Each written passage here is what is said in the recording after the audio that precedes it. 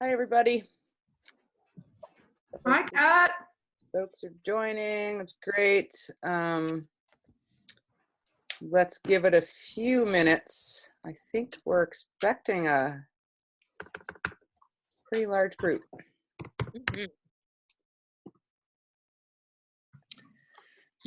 Just trying to get my headphones.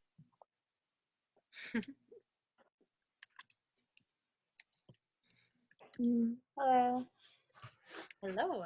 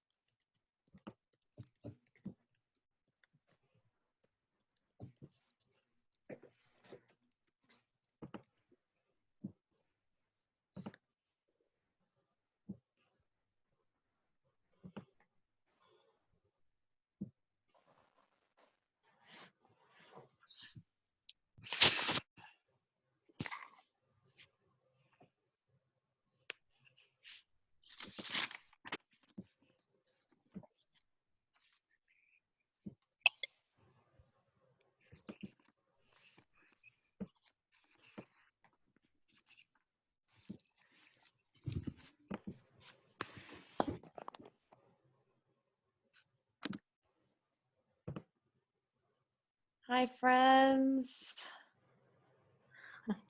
Hi, Karen. I'm hugging you. If you're a hugger, I'm hugging you. Oh, I'm hugging you too. We need that. Totally. Many of us. I know. Is that Karen giving out those hugs? Got one for you too. Right. Awesome. Look at all you. Karen, you're the best. So fun. This is great. Okay, 7:02, and we have 23 people on. Woohoo! Yeah. Yay for our regional food system. Wow. Amen. And I'll let you all know that Mindy and I both got a lot of responses from people who were very interested, but just couldn't attend. So we are recording. Mindy, you're going to record. Oh, it's recording. I see that. Great. We're there. Okay. All right. Well, it's just a few minutes after, and I think I'd like to get us going. I have on my calendar that we might go till 9, but we'll see. I'm hoping that we can make some progress pretty quickly. So I'm Kat Buxton. For those of you that don't know me, thank you all for hearing this call, and I'm glad it found you. Whether we initially invited you or not, you are so welcome. And so is anyone else that you think should be on this call going forward. We need each other. And so Mindy Blank is also on the call with me. She's going to co-host. Mindy runs the Community Resilience Organizations in Vermont, and she's going to introduce herself in a little bit. And I do a lot of work with Vermont Healthy Soils Coalition, and I'm just really active in the Upper Valley food system in a lot of different ways. So this came about because, well, COVID, right? And everywhere I look, I'm seeing cries from within the food system from hungry people, or food that's not finding homes, or food that's not able to get transported anymore, even if it's just to people's houses. I'm hearing from farmers that want to grow more food than they've ever done before in their busiest spring ever while they're home homeschooling their children, and trying to get apply for federal loan programs and everything else that they need to do. I'm hearing from farmers that they're selling more food than they've ever done before, and that's really awesome, but we know that that's leaving out the most vulnerable in our communities who can't afford to buy the healthy food that we need. We see our supply chains being disrupted. We see all of our food stores being disrupted. We're worried about everybody's health along the way. We see our farmers markets not being open. And research is showing that of our lowest income populations, the people that shop at the most local food that goes into low income families comes from farmers markets.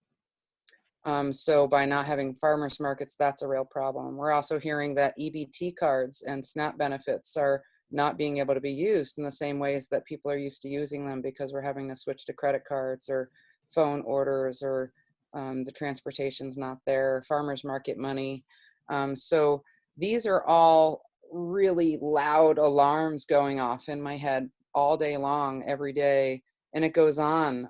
Farm workers not being able to be citizens, and not being able to get home or get here. Farm loss, farm transition, real estate markets are shut down right now. Food waste is also an issue. I just, many of you may be aware that Stratford Creamery is really struggling to get bottles back to their plant right now. And because they're not getting the bottles back to their plant, which there are a lot of things going into that food system disruption, many co-ops having to close, bottles breaking, their order not arriving for spring bottles because it comes from Canada, they might have to dump milk in a time when we need more milk than ever. And they're not the only ones. Like, they're faring better than a lot of dairy farmers. We're dumping milk in Vermont all the time. So we have massive food waste. We're stopping recycling programs. It just goes on. Like, every single part of the food system is already affected 4 weeks in to this pandemic. And alarms are going off. So it's time to mobilize massively now, and we need everyone to be a part of that, because Mindy and I put our heads together and we didn't think of half the things that need to be thought of, and that's where everyone else comes in. Our collective intelligence, like the social mycelium that we're developing together, that's what's going to get us through. That brilliant reliance and collaboration among each other is what's going to get us through. So that said, that was sort of the framing for why I wanted to do this. Our goal for tonight is to, after I do my short introduction, Mindy's going to do one, then we want to hear from everyone on the call, and we have a question that we want to invite you to answer, but also not lock you into just that question. So I'm going to repeat that question now. Mindy will say it again, and we'll say it again before we go in the round. I'll also put it into the chat. The question is going to be, what are the enabling conditions to meet our community's basic food needs at the local and regional levels in the short and long term? What are the needs, and what do we need to coordinate the gaps? Mindy and I are going to be taking notes throughout the whole call. I certainly welcome anyone else who wants to take notes to do that, because the more minds, the better. We can collaborate and make sure that all of our notes get put in the same place.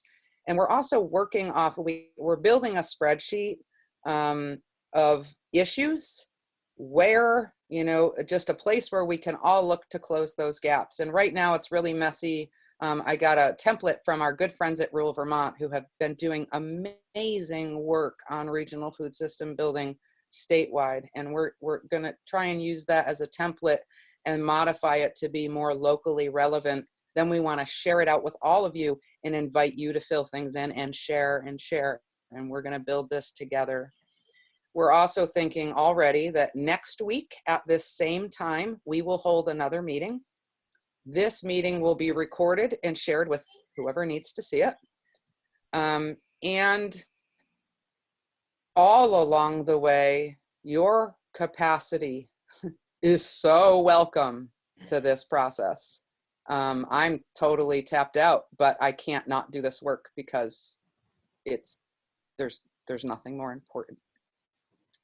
So with that said, I'm going to remind you again that we're recording. So be mindful of that, and who knows who's going to see you or what you say. So if there's anything you want to change about your name or your video or anything like that, go ahead and do it. And I'm going to turn it over to Mindy Blank from Community Resilience Organizations.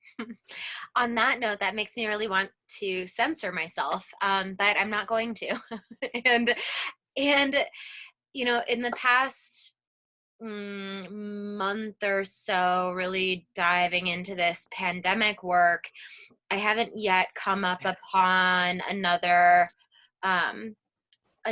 group of people or another sort of project that I'm more excited about. Like I think this group is really where it's at in Vermont, and it's really, really nice to see all of you and to be in this space with all of you. And you know, like we know each other. Some of us know each other through climate change organizing circles, and even if we don't, like we're probably all thinking about that in some capacity, and thinking a little bit about how do we connect the dots between what's happening in this pandemic situation with a wider picture of societal issues and like the climate crisis. And I really think that and I think we probably all think this, like a huge piece of this is the food system. And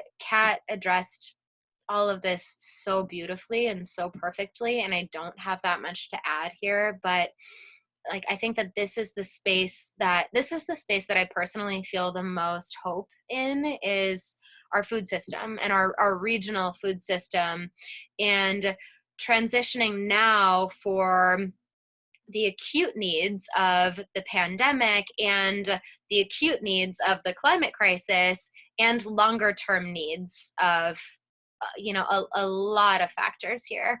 And you know, with the climate change work, a lot of us have been trying to sort of like convince people that this is happening and that the climate crisis is something, and it's something that we need to participate in and be actively working to change systems around. And now we're presented with this situation where we don't really have to convince people that there's a problem, and people are really concerned about supply chains, you know, and concerned about, like, that is at the forefront of people's minds, and it's not an abstraction anymore.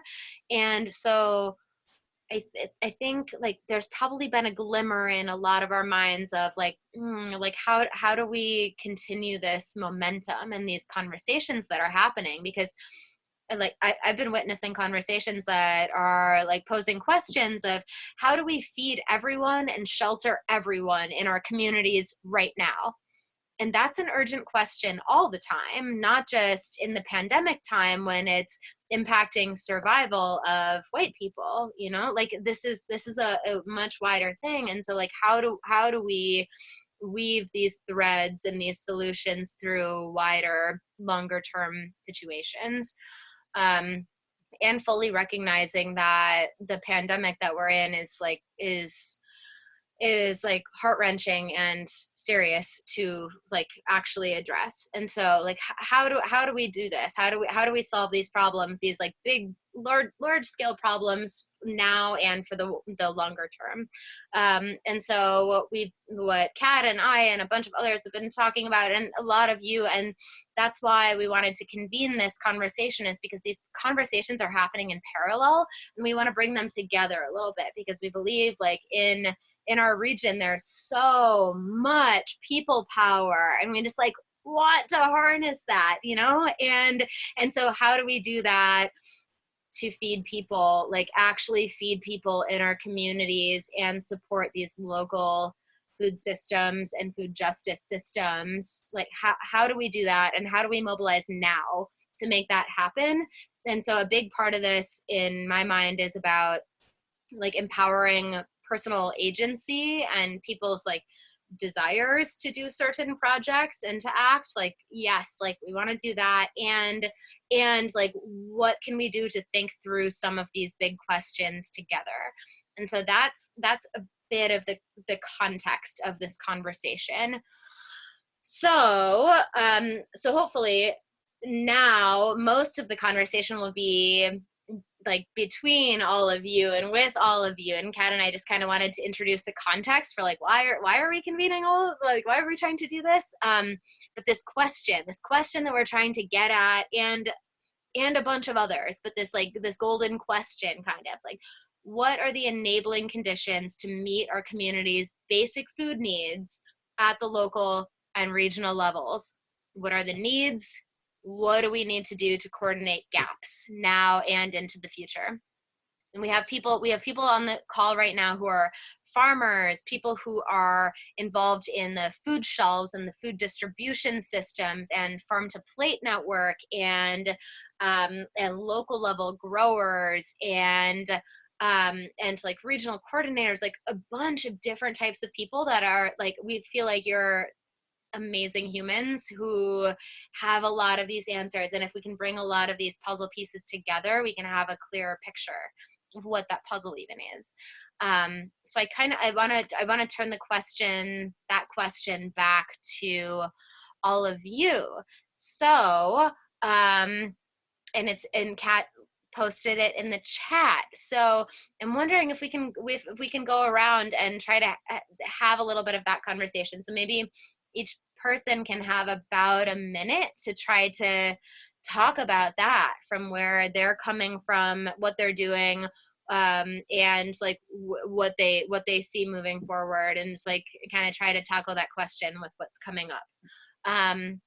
And so on Zoom, this is an interesting challenge to try to coordinate and do so in a way that doesn't feel super rigid and weird, but maybe just calling on people. I think that tends to work a little bit. So if we can go around, thanks, Caroline. So that thumbs up signals that maybe we're off to you, and you can try to take a stab at that question first. And so I'll just say I'm writing down everybody that's on this call. So if it works, Caroline, you start since you were chosen. and then I'll just call folks. And before I think I'm done, I'll ask and make sure that I haven't missed anyone. Does that sound okay? Sounds so great. Great. Yeah, Mindy, thank you. So I'll try to be quick, because I want to say so much. So in my hat for rural Vermont, of course, I'm sitting here and taking good notes as well. And to some degree, I'm not just with my rural Vermont hat here, of course, because much more so I'm connected to most of you on the call because of our regional connection and the work that we've been doing towards increasing our food security, of our resilience as a region, more so even. But we particularly working on the food system part of our very specific Upper Valley region. We know each other already, so we're very familiar with each other. And now, yes, there's this crisis, and we get together in the question on how we can basically, how our efforts basically come into bloom now, and what's the next step. And then I'm also here as the person who is trying.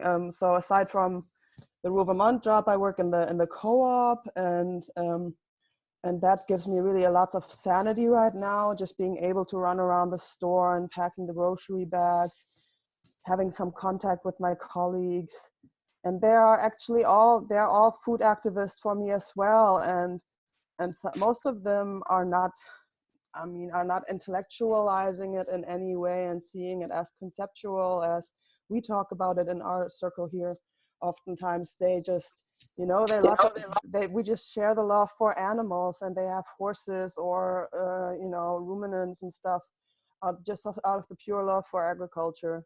And they bring and share their eggs with us downstairs in the basement in the staff room. And they are all on board with moving more forward on this, you know. And then I work in the South Royalton Community Garden, and when you look behind me, there's a big sign on the ground that we just finished and that we'll put up this week for people to sign up for the community garden.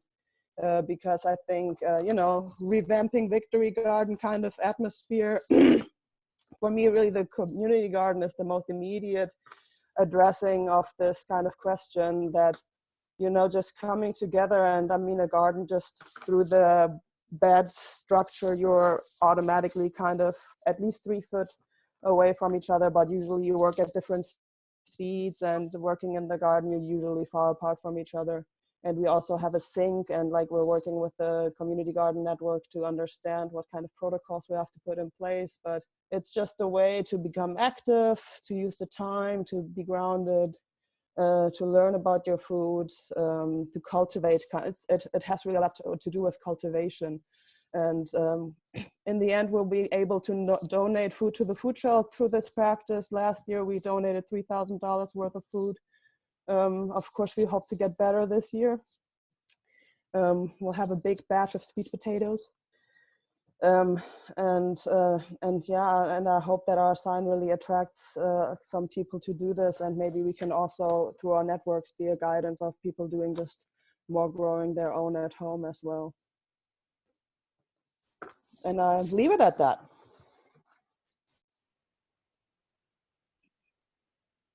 Okay, thank you, Caroline. Next, Mindy, I'm assuming you and I are going to skip this. Maybe we'll go last. Yeah. Caroline, Laura Simon, are you here?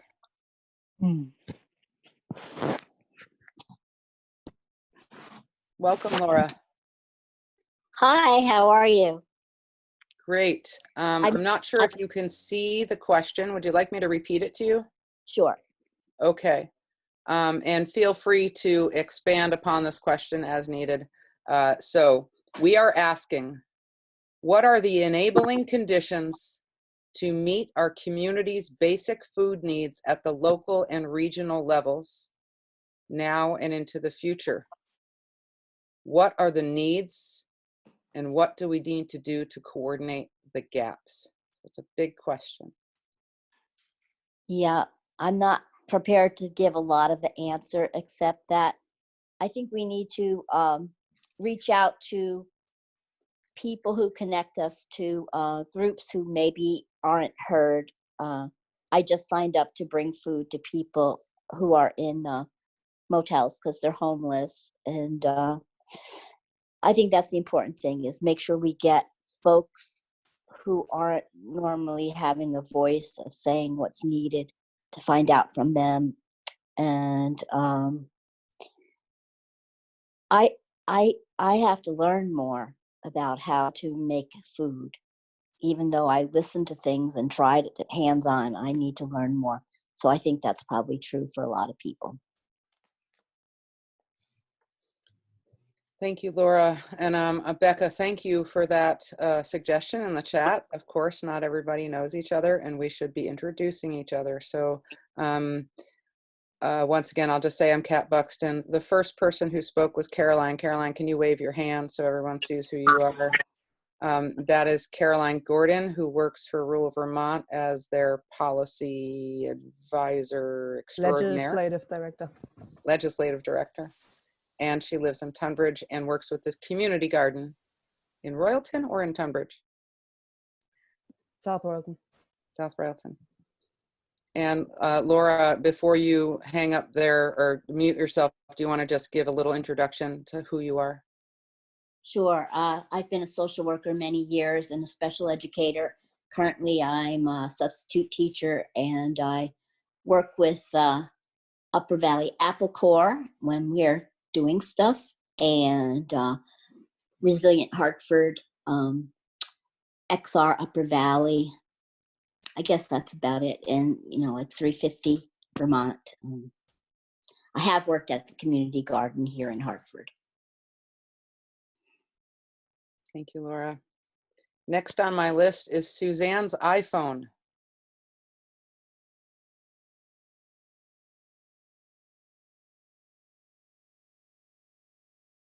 Here, there, I'm unmuted. Okay. Hi, Suzanne Long from Oh, iPhone, because I couldn't get anything else to work. Let's see. The question, what do we need? I think, you know, our farm has sort of struggled with the two feeding our community in a way that the farm can make a living, but we can still be able to provide food for a wide economic swath of our community. So that's always tricky. So we've always played had that juggling game. Su- We're trying I to cannot I provide cannot hear food Suzanne for, well. you know, all parties who are. Suzanne, you're breaking up. Darn it. Maybe turn off your video. Hopefully. There. Okay, let's try again. Does that sound any better? It sounds Yeah. a little better. Yeah. Yeah. Thanks. We want to see you, but your voice is great too. That's all right. It's easier. It's easier to not have my video. So I was trying to say that as a farmer, it's with a goal of feeding our community and trying to feed anyone who really wants our food. We always have that struggle of trying to provide food that many people can afford, or all people can afford, depending on what level of economics they're at, but still have a living for the farmer, and that's always a struggle. So I think, especially in a time like this, when people are really realizing or wanting to have more local food, it's I want to be sure that we're also still able to provide food for folks who might not be able to afford it at the normal farmers market prices that we sort of need to charge. So that's just one of our challenges, and so finding partners, you know, NOFA has been very good at enabling us to provide CSA shares at a discounted price for families, and that's a great thing. So I think it's looking at some of those partnerships. How do we provide local food and make a thriving farm or food production economy, but still feed our community in all economic levels.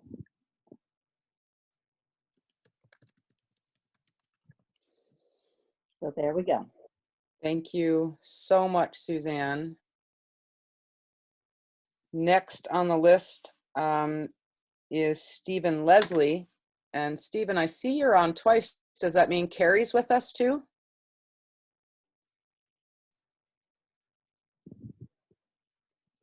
Hi, Kat. Can you hear me? I can. Yeah, I'm on twice because I can't figure out how to get my computer to do the video feed, so I'm also on my mobile. So I'm on two devices at once. Gotcha. Hi, Tell us everyone. tell us who you are.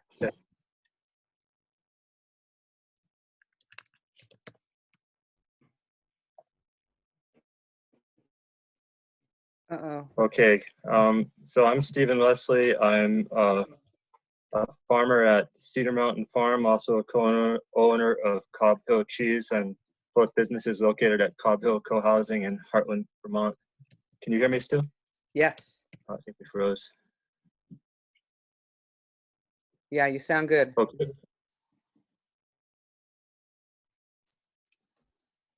All right. So what I wanted to just introduce is the, I'm not sure you can hear me because it looks like it's freezing. I can hear you. Okay. So I've been thinking a lot about how to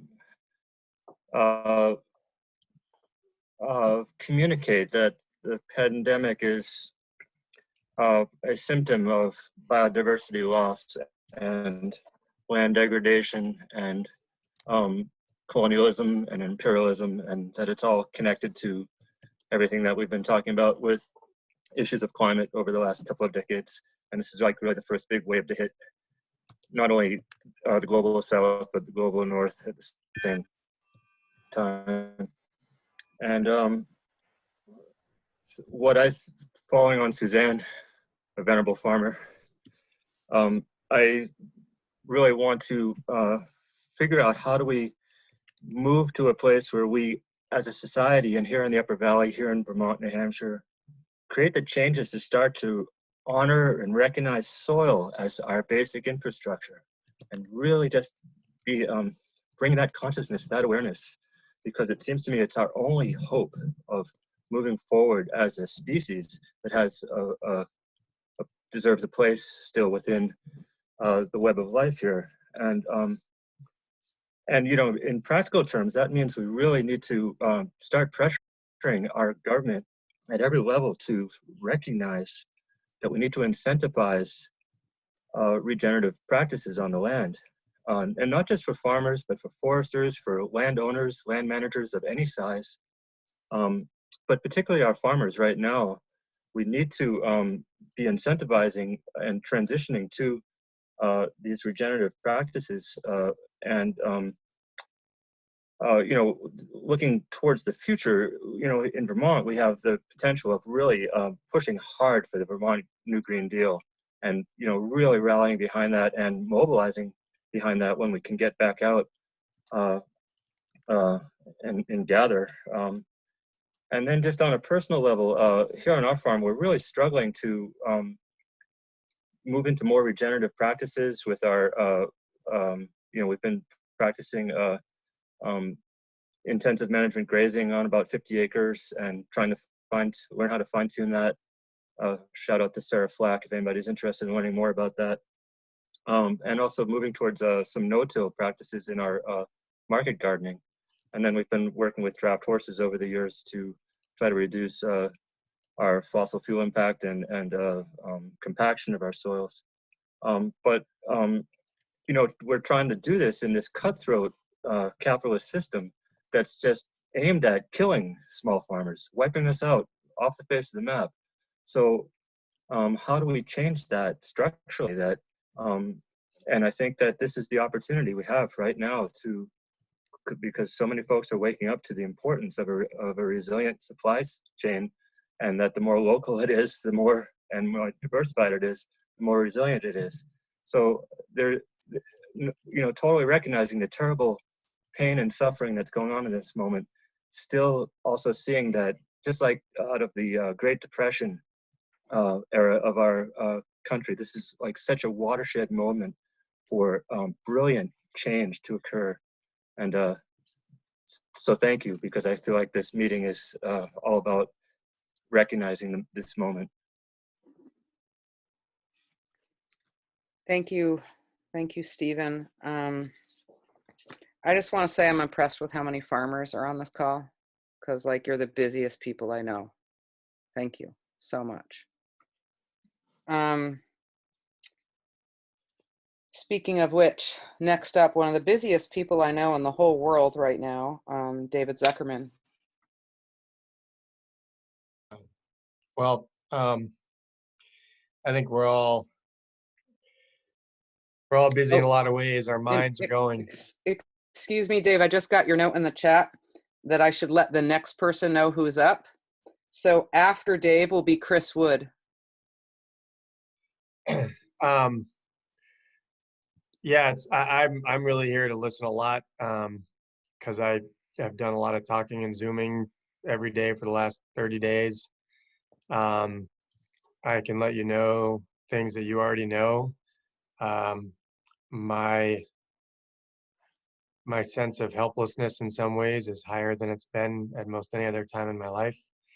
I'm getting calls from people who can't get through to unemployment for days and weeks on end, who have been living paycheck to paycheck, and are telling me about how fortunate they feel that the school bus is bringing 2 meals a day for their kids, and they have no food. And I'm supposed to be able to do something about it, and I can't. I mean, I'm doing what I can, but I can't tangibly bring food to people in every corner of the state. So I'm really appreciative of all of you at all the corners of the state. And really, I know hundreds of others who are setting up local community efforts to get food to seniors who can't leave their homes, vulnerable people. Farms are donating what you can. We've donated for years and want to donate more. Food shelves are overwhelmed and the state is failing. And in some ways, to Stephen's comment, it actually creates an opportunity to rebuild or redefine what the state can do, but also what each of you and what people are doing in their local communities is really that resilience factor, and therefore in the what can we do now and in the long run. I think right now what we can do is call each neighbor and reach out and see what people need and help in any way we each can individually, and look at the failures of government, which I don't think I have to convince anybody on this call. There are many prior to this pandemic. And what this pandemic is revealing is the weakness of an economic system that leaves more than half the state paycheck to paycheck, the weakness of broadband and internet that leaves, a third of our kids unable to be educated right now in the way of an equal education system of others who have access or have 2 or 3 screens in their house so each of the kids can be doing their homework or whatnot with their teachers instead of one screen for 4 or 5 kids, if they even, as we've even suffered just on this call with some of the folks trying to communicate. And so what I am heartened by in my hopelessness is this kind of call. Before speaking was getting a text from Meg Polite, who some of you may know from my political work, both campaigning and as my chief of staff in the lieutenant governor's office. And she knows what I'm going through every day with all the work I'm trying to do. And she just said, make sure you take care of yourself. And I said, well, I'm eating pretzels for lunch right now as we get ready to make dinner. And I said, I couldn't be on a better call at the end of the day to have my soul get refilled with the energy from the people that are on the call. So I just want to actually thank all of you for being here and helping everybody in your communities and helping everybody in this community and just giving me a little bit of juice so I can get up and do it all over again tomorrow. Thank you.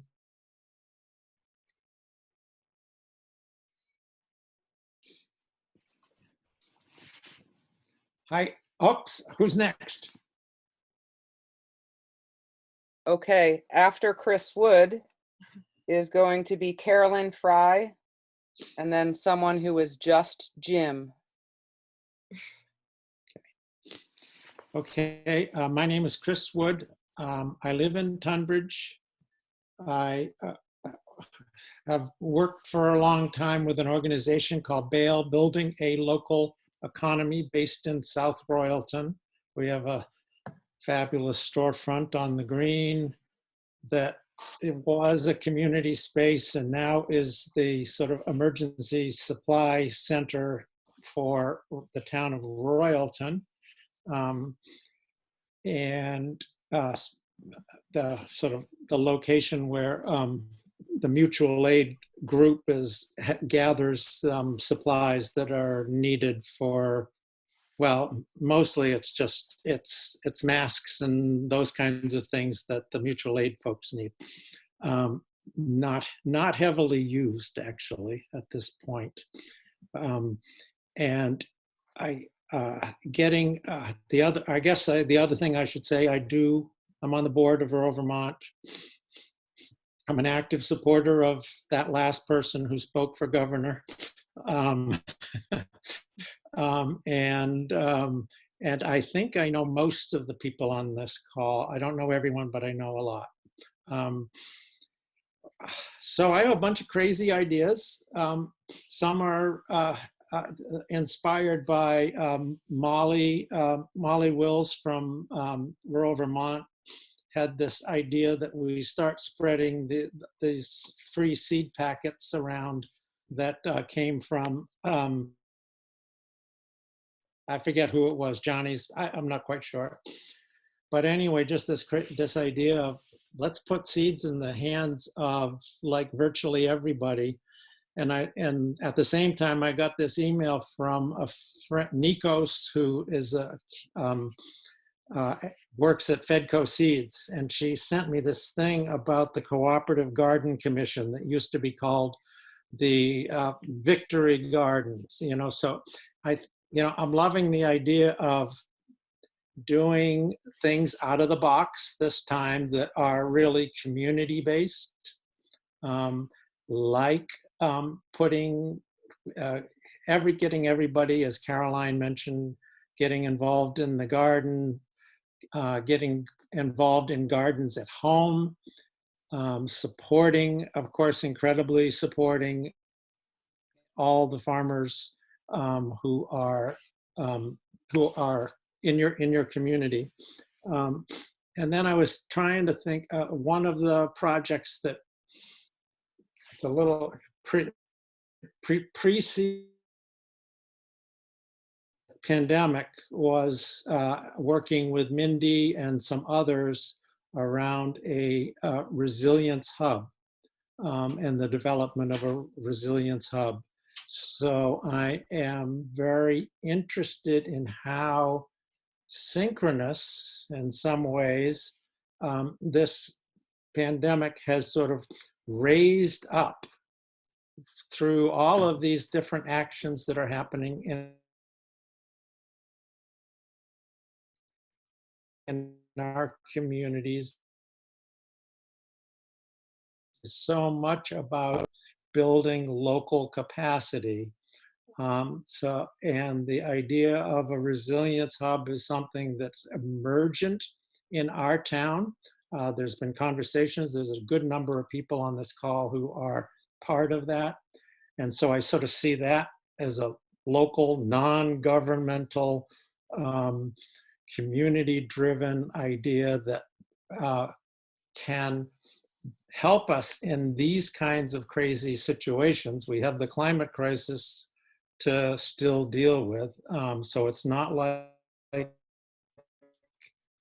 things are going away, and if the pandemic goes away, and even if the economy, well, I actually hope the economy stays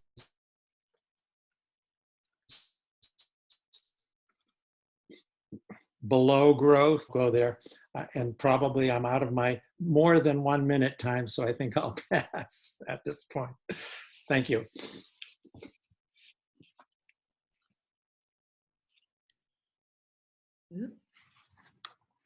Carolyn Fry, and then Jim. Can you hear me? Hi. Can you hear me, Kat?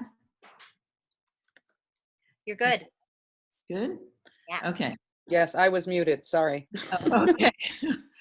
I'm Carolyn Fry, and I actually was not invited to join this meeting by the host, but I was invited to join by Gabe Zorhide, who could not be here this evening. I am here along with a couple of other staff members. I believe that Jim may be Jim McCracken, who is on the staff of Willing Hands, and Brian Wagner will speak also. And I wanted to hear, because I've been what the conversation is, I've been very involved with Willing Hands, and I assume everyone knows what Willing Hands is. I'll just briefly say that we collect surplus food and deliver it to over 60 organizations in the Upper Valley region, both sides of the river, Vermont and New Hampshire. And my involvement is I'm on the board, and I have been for years, and I've coordinated volunteers for the gleaning program. And the gleaning is actually taking the volunteers out to the local farms and harvesting surplus, which we bring in, and it either goes into our storage or goes immediately on the truck to be delivered. And this, with the changes in the supply and in the, it's not just gleaning. Willing Hands also has gardens that volunteers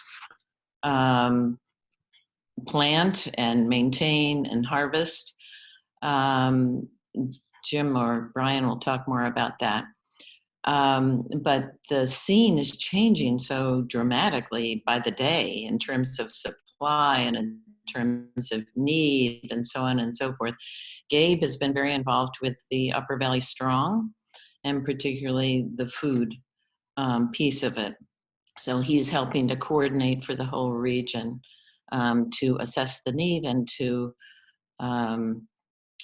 figure out what we need to do differently during the crisis. And as you've all been saying, how we can build a better infrastructure for what's to follow the crisis, so we can be better prepared to meet the needs of the various nonprofits, service agencies that we deliver to. So I'll let Jim take over. I think it's Jim McCracken. Yes, it is. So again, I'll echo, I work as the Gleaning and Garden Coordinator for Willing Hands. And as Carolyn said, we've been working strongly with Vermont UV Strong and contacted all of the emergency leaders of all the different towns in the Upper Valley. We are also having weekly calls with all of our recipient sites and adding recipient sites, almost one a day, who are contacting us. The community has been sort of very generous, so we've been able to get some additional donations. We've been able to, we're working on, actually the board approved, we've never purchased food from farms, but the board has approved some funds so that we can now help the farms out and purchase purchase food from them. And we'll be working on figuring that out. Hopefully they will, what we're targeting is farms that can go to specific recipient sites at times, and then also helping fill the gaps that we have from our gleaning and gardening work. One of the things that we've already done is purchasing milk from McNamara Dairy, since milk and we were focusing on getting a good donation of milk, eggs, and cheese. And actually all three of those have come in right this week. So we'll be receiving some cheese and received 6 pallets of eggs that we're distributing to all our sites. We're also promoting a share, so asking different farms that have CSA programs to ask their members to share and sort of increase their share, round up their share, to provide more money for the farms, but also food for us to distribute to the recipient sites that we have, and have been actually very successful with that. Promoting Grow a Row for local families to grow produce for us and then just drop it off at our site.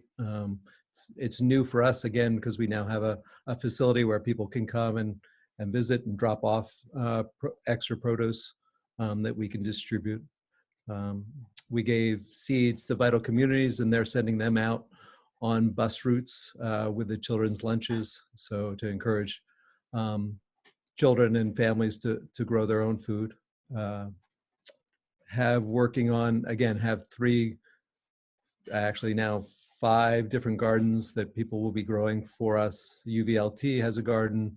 We have a garden at Cedar Circle that's long-standing, 2 acres. We're starting another garden just in another plot. Have a garden at DHMC. DHMC and the Haven and Gabe are sort of heading up the access for UV Strong. And with DHMC's help, we've been able to connect with the New Hampshire Food Bank, and hopefully we'll have their support to feed both sides. We already work with the Vermont Food Bank to distribute produce there. So those are some of the things that we're doing. Again, we always need more volunteers for gleaning. We're also contacting more farms to provide gleaning opportunities and have an in with some blueberries and such. So that's what we do. And again, hopefully can be a good cog in reducing the waste that's there. So if people want or know of ways that we can help reduce the waste that's happening, we have more capacity than we've ever had in the past. So give us a call. That's about it. Thanks, Jim. And Carolyn Willinghans is so incredible. Thanks for that really good work in the world. So glad you're here. Next up, Brian W., then Brian S.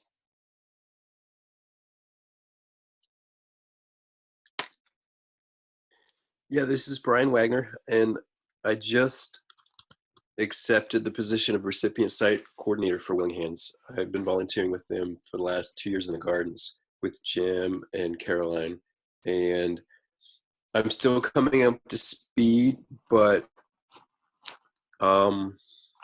as Jim and Caroline mentioned, we've been reaching out to all of our recipient organizations over the past week or two with volunteer support to try to just assess need.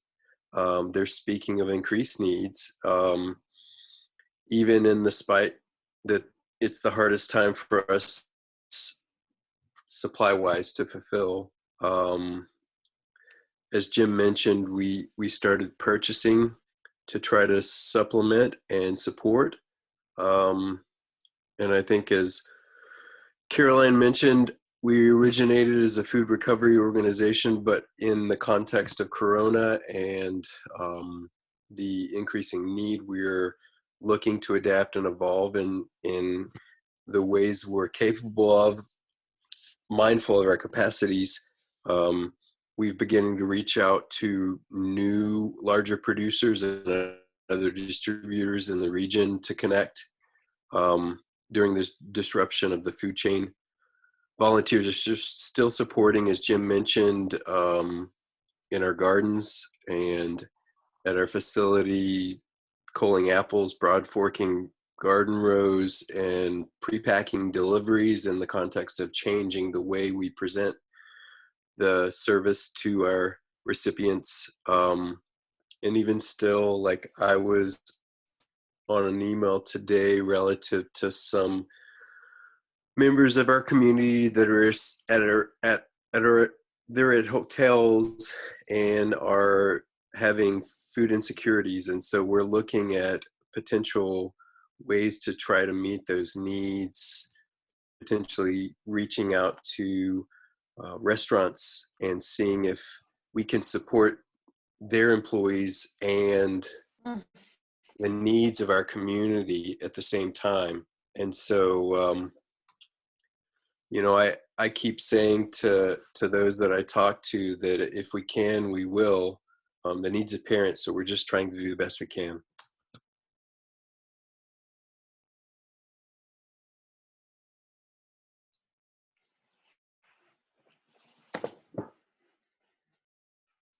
Brian Strofolino, I believe you're next. Okay. So Brian Strofolino, I think, like many of us, I'm coming into this conversation with multiple hats on. So I farm and have a small seed company in Heartland, Vermont. And I also manage the Heartland Farmers Market here in town. Kind of with my seed saver hat on, seeds are the foundation of our food system. We do not eat if we don't have seeds. And as I'm sure many of you are aware, even a relatively small seed company and high mowing, they're kind of experiencing a lot of difficulties in this current moment. And so I think it's really important that we reskill and we educate and kind of, just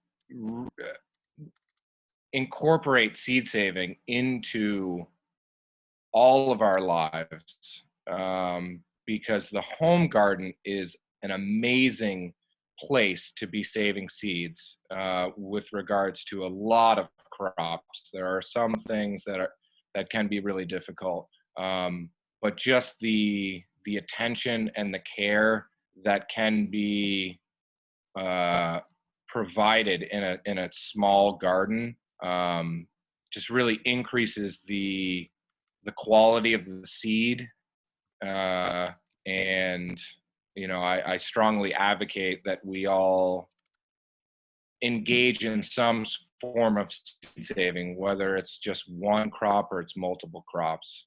And I would just say that I'm very passionate about educating people and getting people familiar with seed saving, and specifically in the importance of it, but just the basic skills with regards to seed saving, because I really feel like we need more seed savers. We need more regional seeds, seeds that are being grown here in Vermont, and even specifically in a local region, a local area. With my farmer's market hat on, as many of you know, and as frustrating and disappointing as it is, farmers markets are not deemed essential right now in the state. And so that makes it very difficult for a lot of farms to market their products.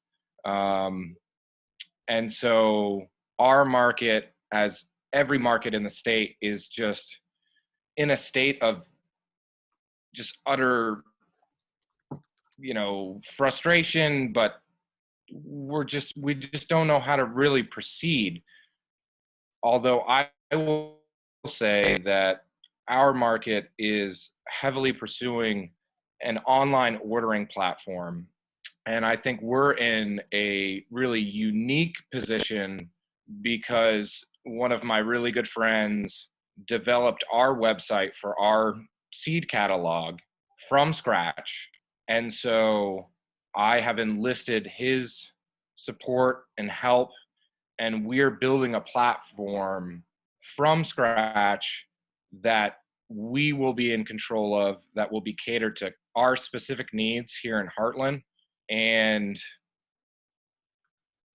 I really feel like that is scalable and that can be shared.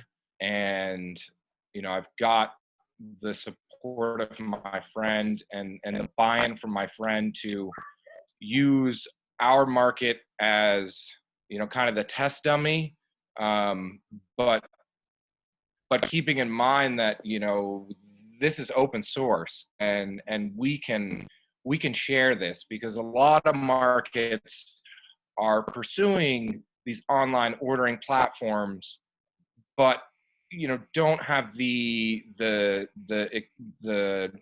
skill or the resources to kind of do it from scratch, and so they're relying on a lot of these existing platforms, which have their advantages, but they also come with a lot of disadvantages, and it can be very difficult to kind of cater it to your specific needs.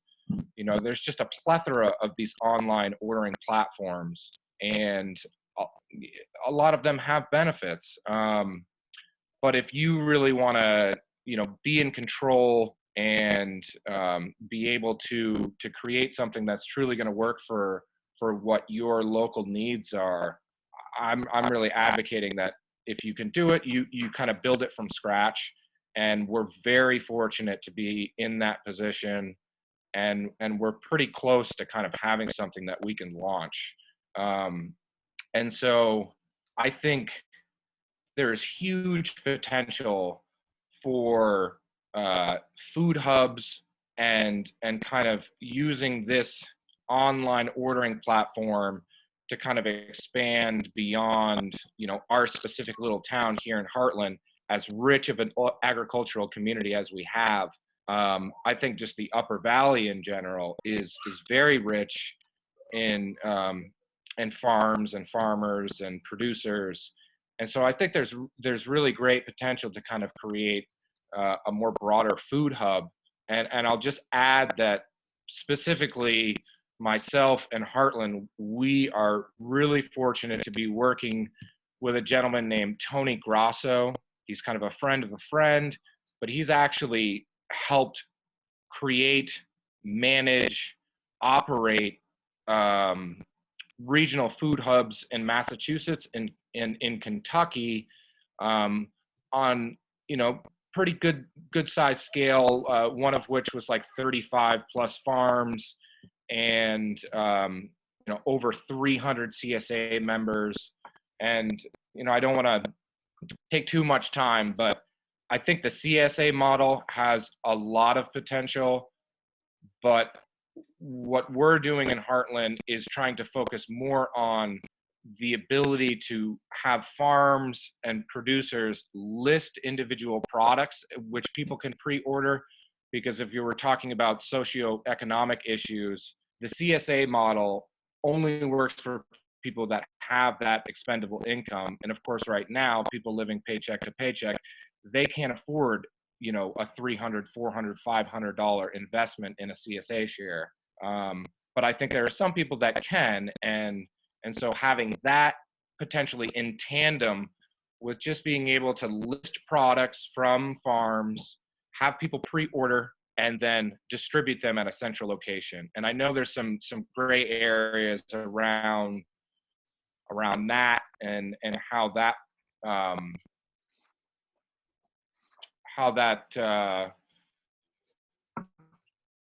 plays into the current mandates and policies that our governor and state agencies have put in order. But that's something that I'm really passionate about, you know, on my hyper local level. But I really feel like this is something that we can share with other communities, and we can also kind of scale up so that it's more, you know, regional, kind of Upper Valley wide. So that's what I'm working on, and I'll just say I really appreciate all the work that people are doing in this group. It's so nice to see some faces that I haven't seen in so long, and you know, we're all in this together. So thank you very much. Thanks a lot, Brian. And once again, so impressed at how many farmers are here. You guys are incredible, and your passion is inspiring. Keeps us all going. It's also, of course, where we get our actual energy too. Next up is Becca. I believe that's Becca Warren. And then we lost Kate So after that will be somebody who has the 7800 phone number. So Becca and then 7800. Hey, I was stretching on the floor. I didn't get my what do you call it? What's it when you're almost up to bat? I'm Becca Warren. I live in Heartland, and wait, on deck. Thank you, David. I'm on the Farmers Market Board. Such a pleasure to work with Brian. I work at Vital Communities in White River and with the Vermont Sustainable Jobs Fund. And so thinking about your prompt questions, Kat and Mindy, such great, huge questions that I love. So I think one of the enabling conditions to meet our community's basic food needs is this group of people, this call, the seed that you've planted tonight to gather us all from afar and wide, but within this food shed that we all care so deeply about. And I am very excited about all the sectors that we're all representing, from school teachers to farmers to radical activists to nonprofit employees to government officials. So I feel that with one of the enabling conditions is this conversation and joining together to have a shared vision and steps and actions toward what we want to have happen. And I'm so excited that this conversation is happening. And the other thing that really comes to mind at first when I think about enabling conditions, my concern is our land base. I'm concerned.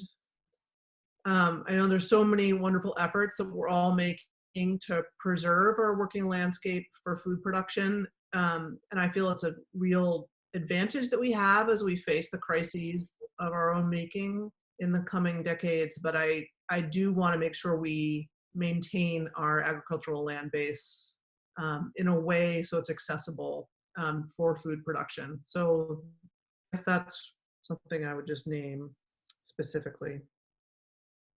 And I guess the last thing I wrote down, part of your prompt was, what do we need to do to coordinate the gaps? And so I was like, oh, I'm excited to see the spreadsheet, partially because we already have so much knowledge in this call, all on these different levels of the food shed. And so just starting with what we already know is such a wonderful place to start. So thank you so much for having us join together tonight. Thank you, Becca. And although I had 7800 as next, I see that Rebecca Stone has to step off. Rebecca, do you have a moment? Yeah, hi everybody. Just touching base. I'll keep this really about to go do bedtime with kiddos who are listening in here. I'm from Bethel. One of the people on the call, I think, who's not really fully in the local food system or food movement. I do a lot of organizing work in Bethel with Bethel's Mutual Aid right now. I do a lot of work state and beyond with community building projects and also helping to bring White River Valley towns together. And that's really why I'm here, to find out what's happening in this realm, what conversations are happening, what's needed, so that I can help take the message back out to other circles and connect with groups that I think have similar goals and needs, even if they're not all that aware of what's happening in the local food movement. And so I think that's probably the answer to the enabling condition as well. I think more people who don't see themselves as food justice activists and food system members need to see food acts as a key part of their responsibilities, and will need to feel like they can be part of this conversation. So I also love seeing all the farmers and seeing such diversity on the call tonight, and hope it can be even more diverse. It's not a liberal thing. It's not a farmer thing. It's not people who care about these issues. It's all of us. So thanks for organizing, and thanks to everybody for being on. Really inspired by what you're all doing. Thanks a lot, Rebecca. Okay, who is 7800? Yeah. This is Cindy Metcalf. I am the volunteer and needs coordinator in Bethel for the COVID virus response. I feel like I'm kind of a stranger to this group. I'm so happy that you're all out there doing the work that you're doing. My other hat is working with David Schollenberger from Action Circles. I feel like we probably connected with you at the end of the GMO debate. Cindy, I'm going to ask you if you can speak any louder, that would be really helpful. Okay. Thank you. So I have, in the role of trying to put volunteers together with people who have needs, I've been really closely working with the Bethel Food Shelf and recognizing some incredible needs in our community. Yes. And the difficulty of communicating that the Bethel Food Shelf exists, that the Willing Hand has contributed to amazing food for its clients. When I mentioned that we have fresh fruits and vegetables and milk and eggs, all coming from Willing Hand, the folks just coming in droves. But it's really hard to let people know that the Bethel Food Shelf exists and that it's a good spot to get for people who have economic struggles in this time and in other times, get access to that food. So I feel like I come from a bit of a different perspective, where you all seem to be well aware that there are economic struggles in our community. We want to make sure that we're feeding people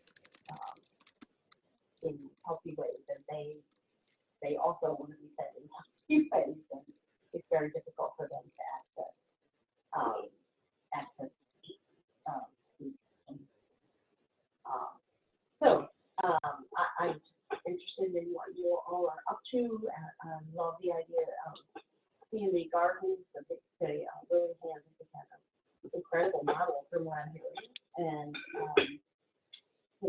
the farmers markets in the summertime. That problem has to be solved, and it sounds like this is the group that's going to figure out a way to do that. That is healthy and safe for our food. So glad to be here, and thank you for all you're doing. Thanks so much, Cindy. I'm glad you're here. We're stretching from Heartland to Bethel on this call, plus a couple of satellite folks like David from Chittenden, and a couple of others. And so I think that's just really great. I'm going to say the next two, Karen Gainey and Deb Aldrich. Okay, hi everyone. It's so great to be on this call. Pardon my loss of words for the moment. It's been a long couple of days for myself, as I know it has for many of you all too. I work on a lot of different levels. I have a small business called Permaculture Solutions. I've been planting kind of edible landscapes for biodiversity for on private lands and schools and hospitals for a number of years, and also am a coordinator, facilitator for a group called Change the World Kids. It's a youth-run organization based out of Woodstock currently, and we've been growing food for our local, 100% for our local food shelf year-round for about 10 years. We built a root cellar at the elementary school, I think maybe 5 or 6 years ago. And I was at the gardens today at our first work party. We're really all kind of trying to get that going to start growing food for the food shelf again. And I'm also working with educators and some people from the Sustainable Food Lab and teachers and community organizers, many of who are on this call, to help create food system access for kids to food systems education and learning about where the leverage points are in the system and how we can help youth understand how to be a part of this change that's upon us.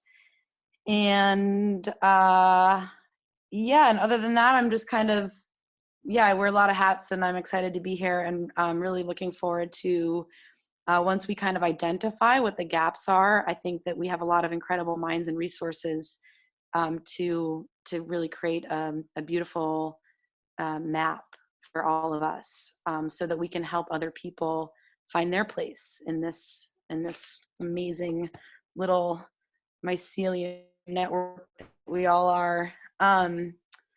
So yeah, thank you so much, and I'm gonna leave it at that.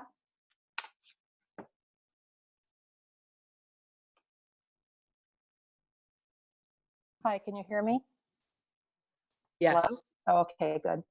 I'm Deborah Aldrich, and I'm on the Bethel Food Shelf Board. I also, for the last 6 years, have been organizing something called the Free Community Meal, and I'm also on the Bethel Strong Food Access Task Force. I think that one of the gaps, perhaps, is more intentionality about how we make it economically sustainable to farm. And it occurs to me that we have so much generosity and donating, which is fabulous, but maybe we can be more intentional about looking for opportunities to not accept donations if we have the capability to pay for something, if we're like a food shelf. And so since there's so much money available in grants and so forth to support farmers, I think it is great if food shelves and schools and other emergency food providers can really try to go first, rather than saying, oh, well, we can get that for free because we can get it from fabulous Willing Hands, and Willing Hands is fabulous. Thank you, Willing Hands. If we have an opportunity to pay for it, let's do that. I mean, if we can raise the money. And similarly, I think that it would be great to look for more opportunities in which the entire community can participate in the food economy together, rather than thinking of ourselves as, okay, there are people who are food insecure and there are people who can pay for food. So for example, in our free community meal, everyone comes together, the food is free, donations are gladly accepted, and we raise grant money and pay the farmers for the food up front.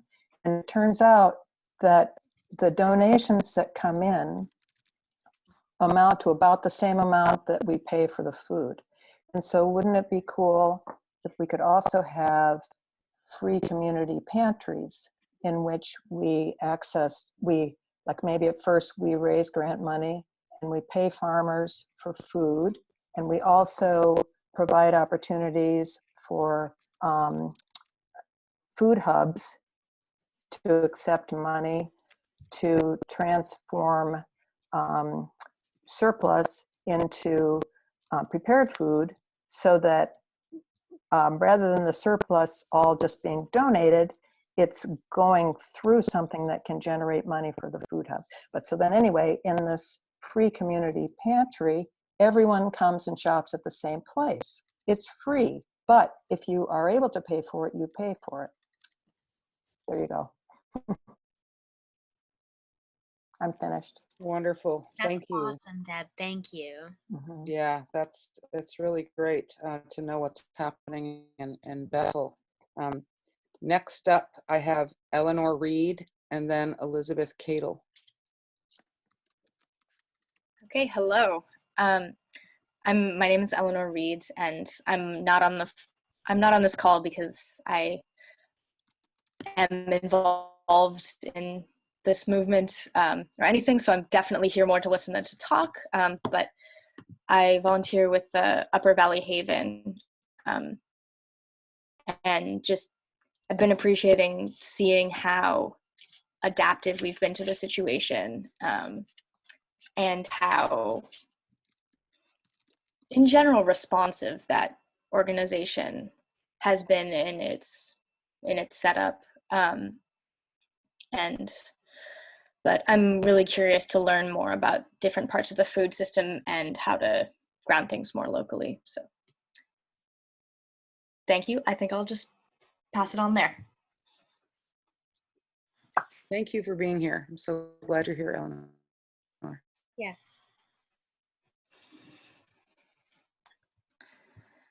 Elizabeth.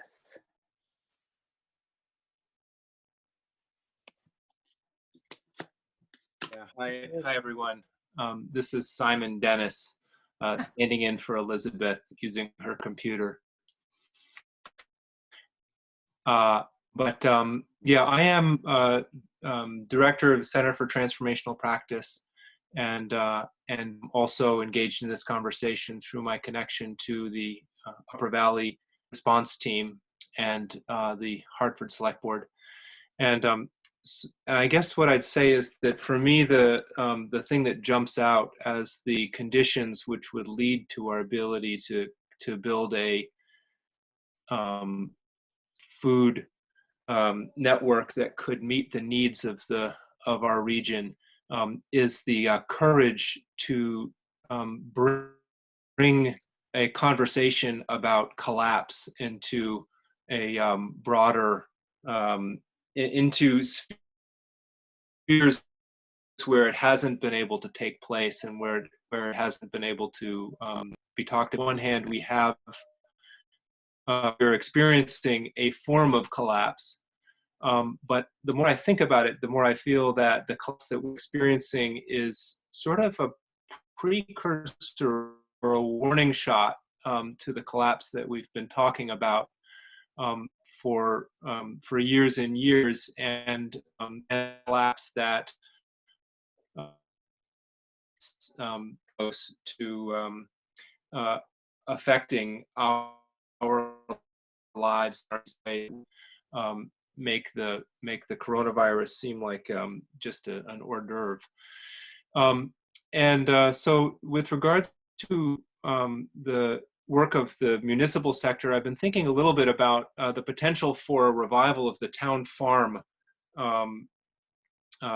program. We've been talking for years about what to do with extra parks, and so as soon as I got news that local supermarkets were having, at one point, local supermarkets were having 30% of their orders from the warehouses fulfilled. And as soon as I heard that, immediately I started getting visions of just plowing up the parks.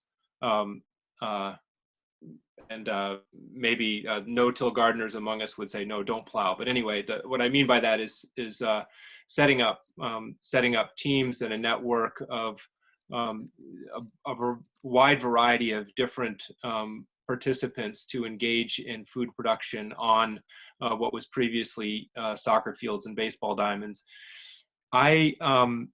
That conversation is going to be coming forward. And now is really the time to build all of the bulwark, all of the organizational support to work out all these of who would be working the fields, and who would be involved in the distribution hub, who would be involved with the storage, and all of the different aspects of what it takes to move the food from one place to another. But it was really brought home to me in my own reaction to the types of changes I was seeing around me in response to the outbreak, that once things are really shaken up and we're dealing with dramatic effects of societal transformation, it's really too late to do the work that we're contemplating and talking about now. And so I think this conversation that we're having right now and the vigorous active work that we're doing to build these food networks and programs to mass produce all of the food that we may need to feed our regions is absolutely timely and urgently needed. And the only other thing I'll add briefly is that I had a conversation with some groups of people who are living at the Shady Lawn Hotel and also the Super 8 Hotel and the voucher program from the state, which is the pretty much the almost the entire homeless community in the Lebanon, Hartford area. And the shortage of access to food is very palpable for that community. And we were talking about how to transport the food from the Listen community dinner at 5 o'clock every evening and setting up volunteers. And it became pretty clear that the number of people in just those two hotels would overwhelm the capacity of the Listen Listen community dinner when we started doing the math about it. So it's that's just bolstering that effort, and it's obviously in close connection with all of the food pantries is something that's very urgently needed at this time. Thank you. Thank you, Simon. Always great ideas coming from the Center for Transformational Practice. Next up, we have Debbie Daigley and then Linda Anderson. Hi, everybody. I'm bringing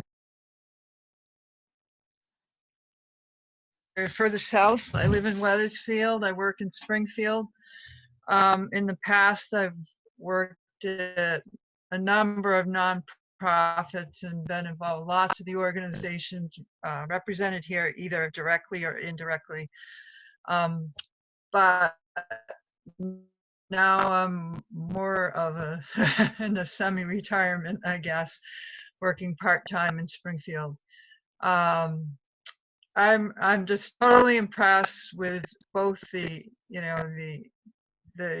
capacity of the Upper Valley and how much work has been done already, and in what good shape we are compared to a lot of places, and yet really sobered by how far short we're falling in this crisis. It's really sobering. So I'd like to find a way to plug in to help. I am also on the board of the Upper Valley Food Co-op with a couple other people who are on the call. I guess that's really all I have to say for right now, but I really would like to find a way to plug in and help.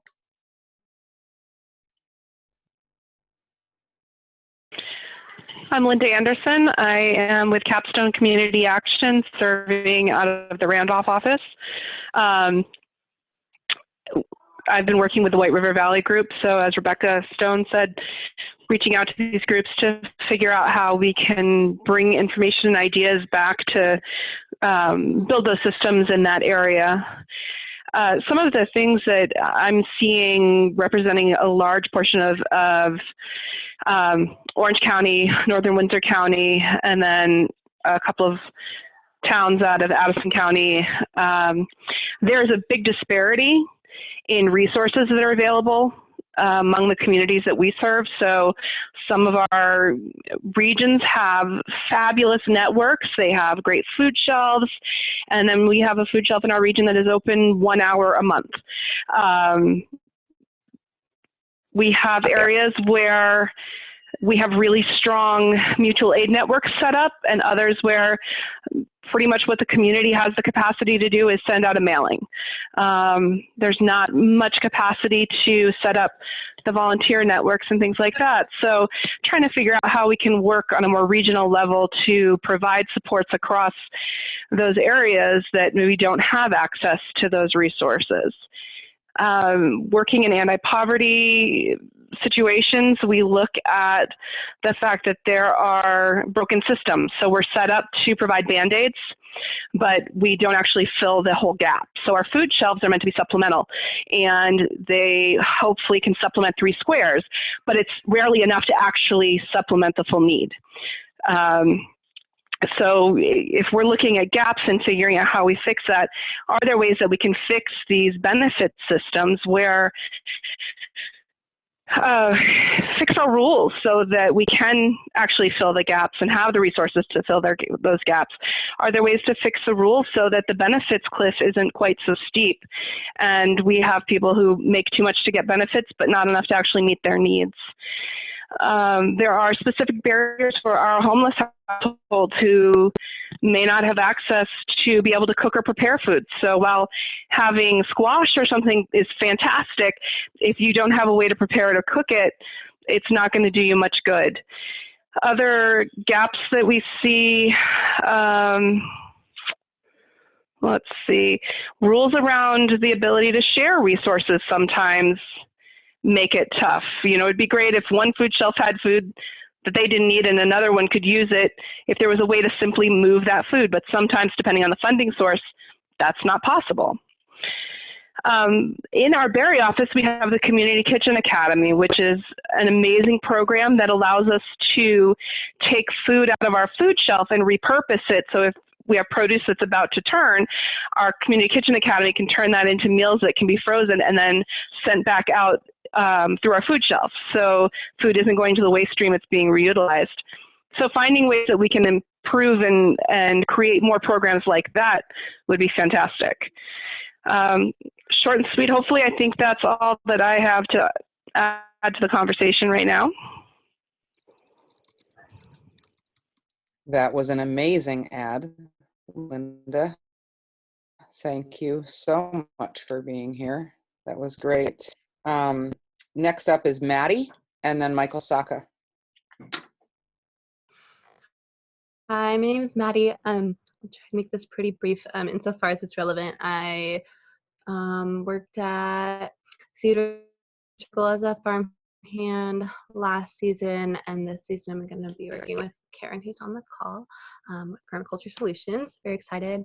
And also help out our friend Nando with a project called Moon and Stars that's focused on bringing heirloom corn and traditional foods to the Upper Valley and promoting culture on traditional foods and Colombian culture. And I kind of wanted to tune into this call, less to give input, more to see ways to plug in. I think you know, some immediate things that come to mind are needs for obviously greater access to food in the community. I think solidarity shares, which a couple of you mentioned, are a great way to do that, as well as just to education and resources to prepare food and to be able to garden if people are interested in doing that. And I am happy to help out with those as the call manifests. So thank you all for being here. Good to see you. So good to see you, Maddie. Hi, I'm Michael Saka, and I'm on the board of the Alliance for Vermont Communities, and we're active in Tunbridge, Stratford, Royalton, and Sharon. Hoping to make a dent there and helping out working lands. We're promoting working lands, and that includes recreation and also food systems, agriculture. So I'm going to address the questions kind of literally here. Enabling conditions. I think realizing that we have the power to decide what our communities look like and how they act is a basic enabling condition.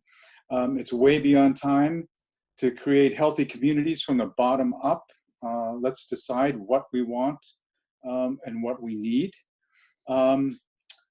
We need money for loans and for grants and for infrastructure. It's pretty straightforward, I think. And I think that we're in a position to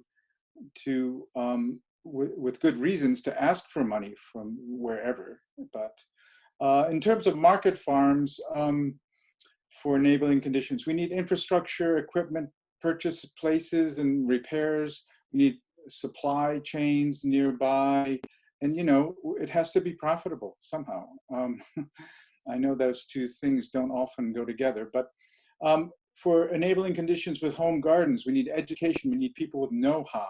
We need seeds, as Brian mentioned. We need like a tool loan / rental place. There's things that have been set up in different communities. I know in down south some. We need cooperative and worker-owned entities. Putting the power into people's hands. The needs, we need distribution. We have to figure that out. And this has to be, you know, there are people from different parts of the state here tonight, and, you know, how local is local, where are those circles, and what's regional, and how do we deal on the different levels of distribution. It has to be affordable. Again, you know, we have to, the food has to be available to everyone. More gardens, more animals. We need more land access. People who want to farm need to be able to find a place to do it. More community gardens that are staffed, you know, that there's money for people to be there on site to help on the spot with issues, and that can teach right then and there. We need some kind of system, I think, set up where skills are inventoried and shared. And again, in this local communities, but maybe going out in size to the regional approach. Skills sharing, inventory, and system. Coordinating gaps. I think for this group, I think a good, maybe not next step, but soon, is to have people who are actually paid to coordinate, to help move some ideas under the next level. Again, money is needed. And now I'll stop about there. So I'm not personally involved in food production in any way, except locally on our land here. We put a lot in the root cellar and the freezer, and we grow all year and stuff. But I'm just very interested in this topic, and I didn't mention I'm from Tunbridge, and really like to see a community garden started here. So Carolyn, we should talk about that. Anyway, that's all I have. Thanks. Thanks very much, Michael. So according to my list, we have 3 people left. So if I don't call your name, let me know, because I've somehow missed you. The next 3 are Sarah Danley, Sarah Wood, and Dee Dee Purshouse. Great. So my dog is snoring beside me, so apologies if you can hear that. I'm Sarah Danley. First and foremost, I am a Royalton resident. I am involved in the 4-town coalition that Michael just mentioned between Royalton, Sharon, Stratford, and Tunbridge. So I'm an active member of the Working Lands group that he heads up. I'm also the chair of an economic development committee between those 4 towns as well. I work at the Vermont Sustainable Jobs Fund as the Farm to Plate Network Manager. The really short version is that Vermont Farm to Plate is Vermont's legislatively sponsored strategic food system plan. So back in 2009, the legislature tasked the Vermont Sustainable Jobs Fund with creating a strategic food system plan and then implementing it. We launched the first version of the plan in 2011, and we currently have a network of over 300 organizations, including many of you all on this call, who are helping to actually move that plan forward. So I firmly believe that a lot of this work really has to happen at the local level. So I'm so happy to see this work coming together in the Upper Valley. But the network is also there as a resource for any local work when things are best addressed statewide, or just to draw on the collective expertise of that network. I'd also just add that I would be thrilled if any of the folks on this call were to join the Farm to Plate network. So I'm going to put the links to the registration in the chat box. Just like check out our working groups and what topics we work on, and feel free to sign up for any that interest you, even if you just want to listen in on the listserv and hear what people are saying and don't have the capacity for another set of meetings. That's totally fine. We would love to have you in any capacity. In terms of locally and the needs that we see, I agree with a lot of what has already been said. I would specifically add one of the big gaps I'm thinking about for short-term and long-term is the question of labor. And I do mean that on several levels. So farm labor, even before the crisis, workforce was a huge barrier for not just our farms, but all across the food system. I mean, distribution points, et cetera. It's a huge crunch. And the current crisis has actually made that worse in a lot of ways. Sorry. But when I say labor, I do also mean not just paid employment, but also how much our systems rely on volunteer labor. We hear, especially in the food access world, how a lot of the volunteers are getting older and who's going to replace that volunteer base. And a lot of younger people, it's not that they don't care, it's that they don't have the time because they're working too many jobs and have families of their own. And then the final point on labor, I do love all of the talk about community gardens, and I think that's a huge piece of the solution. But I just want us to keep in mind folks who might not have the time or the physical capacity to be involved in their own food production. I think community gardens go a long way towards providing people the space to grow their own food. And there's so much great work in providing tools, resources, education, but it's still a privilege to have the time and the physical ability to grow your own food. So I will leave it at that for right now.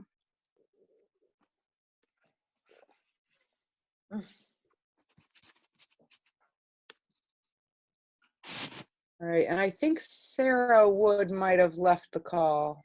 Oh, darn it. We'll loop her back in. So that is Dee Dee, are you there? Yeah, I am. Thanks, and sorry that I was joining late. I'm going to talk from just a little bit more meta point of view. I'm here from the Land and Leadership Initiative, Soil Carbon Coalition, and previously Center for Sustainable Medicine. And I've written a book called The Ecology of Care that connects the dots between agriculture and medicine and economics, as well as on soil health and watershed function.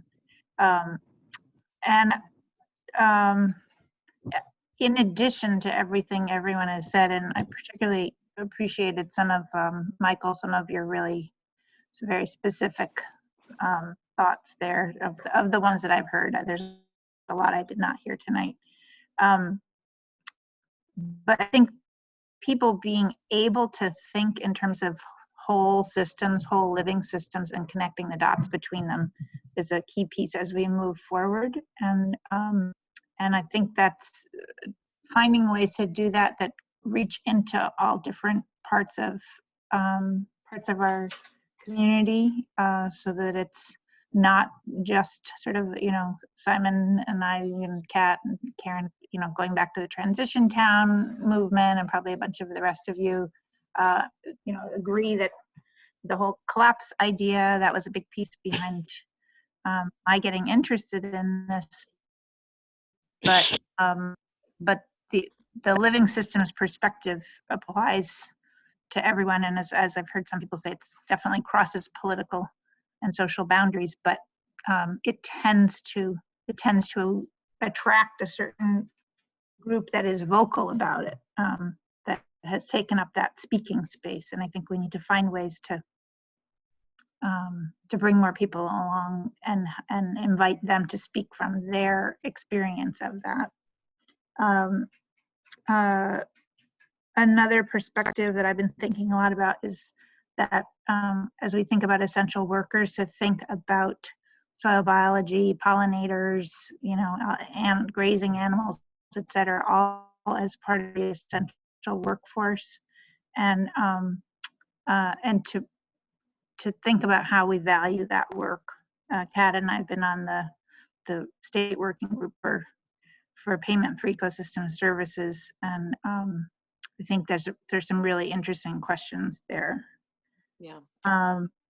Another thing I've been talking about with my sons, my grown sons, is about food sovereignty being really an essential piece of revolution, social change, political change, that that you know, we've all of three of us have traveled to Cuba and seen the scene there, and I know that for them, you know, you continue that food sovereignty and health sovereignty are essential for them, having been able to continue to do some of the work that they're doing, both at home and abroad. You know, the number of doctors that they're sending around the world, hundreds of thousands of doctors volunteering,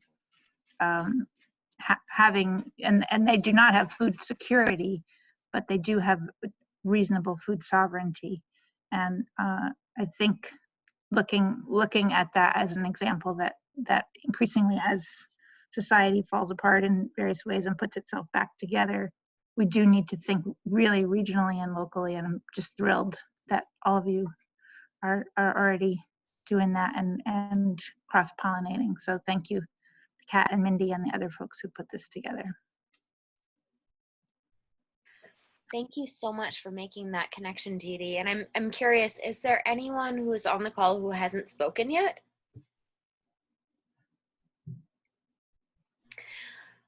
Then I want to. Yes, sorry. There's one, Linda. Yeah, Linda Kelly. Okay. Great. Yeah. Hi, guys. I'm going to throw myself on video real quick. It's a little dark in my little cabin. My name is Linda Kelly. I live in Brookfield. I'm very involved in the Brookfield Community Partnership, which owns the Old Town Hall and puts on about 50 community events each year, except maybe not this year. And got involved with the White River Valley Consortium Group and the Federal Reserve Bank of Boston's Working Communities Challenge, which some of you may or may not be familiar with. I know Rebecca is. I know Linda Anderson is. That is a grant program. There were 8 communities in Vermont that were selected to receive a $15,000 planning grant. There will be, I believe it's 3 of those groups selected to receive grants that I think could reach $300,000 over a 2-year period. And they are very much focused on enriching and improving and sustaining communities. The group includes Randolph, Braintree, Brookfield, Chelsea, Randolph, Rochester, and I believe it's there are some other groups, like I'm blanking on the names, but I think Granville and Tunbridge and South Royalton, et cetera, may also be in the conversations. So at the moment, that group is tasked with redesigning the planning grant, which instead of focused on community resiliency, et cetera, it's focused on COVID-19 emergency issues. And so we're working on restructuring this $15,000 budget, not a lot of money, but the 3 areas that the group chose to focus on were community communications, helping businesses with the PPP and CARES Act grant funding processes, and food resiliency. And I think one of the ideas that's come up tonight, and I know that the Rural Vermont folks are on it, and I'd be interested in leveraging David Zuckerman from a political perspective, is we need to get the farmers markets cleared so that they are considered an essential part of our food system. And I think that's something this group could concentrate on immediately. So I know I got the email from Rural Vermont today with the petition information. I don't know how much more we need to do than to complete Rural Vermont's petition, but this is a very large and a very powerful group with a lot of tentacles. And so I think that's an immediate place to start. You know, in my experience, the groups that have stepped it up during this situation have been the local farmers, the CSAs, the farmers markets, the small local co-ops and markets like Chef Market in Randolph. And I think those are the organizations that we need to focus on immediately. I think helping farmers branch out, it may be too late, but to grow starts so that there are more garden starts available for home gardeners. These are, to me, this is low-hanging fruit. And so that's something I'd really like this group to think about. How quickly can we move, particularly to see if we can petition the government to reverse the decision about farmers markets. I'll stop there. Yeah, that's awesome. Thank you so much for that ending. And I feel like that segues into other pieces and culminates really, really well. And one piece that I want to tie back to is Dee Dee's conversation about Cuba, because this is something that I've been thinking about a lot, and I've also spent a bunch of time in Cuba. And one thing that their government did was send guides to every single resident in the country of like how to repair things and how to grow plants and how to actually provide for ourselves. And it's this like 500-page amazing document of how to live as a human in this world. And I feel like that's actually something that we need to do and that we need to cultivate. And that's a wider lens of resilience than we often think about, because we often think about resilience as emergency preparedness. And it's not just that. Like, that is resilience in emergency times, disaster times. And there's resilience in wider terms, and there's resilience in this like strange medium term, short term, long term space that we're in. And so how do we cultivate that? And it's like, really, how do we provide basic human needs and resources for each other? And so that question of how do we, as people who are growing food and passionate about food systems, how do we work together within that? And I think it really is up to us to like grow, like start as many seeds as we possibly can, and then figure out a way to socially distance trade those seedlings, and how to like get people to the farm stands that are still open right now, like Luna Blue and others, and doing a really great job of that. And like, how do we do that? And how do we get our local food that the farmers and that the local residents are growing into food shelves to supply people with like a sustainable food source? Like, how do we do that? And so I think like in this conversation, there are so many things that have emerged that people are doing that are like, yes, like we're already doing that, or we're already, you know, like we're kind of doing that. And so how do we branch that out? How do we make that wider on a wider regional scale, so we can do that at the community level, and then we can do that wider? And so like how do we do that, and what are next steps to that? And so I guess that's like the next big question, big open-ended, large-scale question that I want to pose, that's like open to answer in the chat and in the next like 5 minutes of this conversation. And then I think we can close and say like, this is a freaking cool group of people, and let's come together again if you can next week at this time, you know, or like let's keep this going, and let's think about really like how to mobilize this quickly, because the growing season ain't gonna wait. Like, we are here in mid-April, and so how do we mobilize quickly on these things in a way that's coordinated and makes sense and that's expansive? So I like really welcome other thoughts on this before we close in, let's say, 8 minutes. Kat. So I have a couple ideas for next thoughts.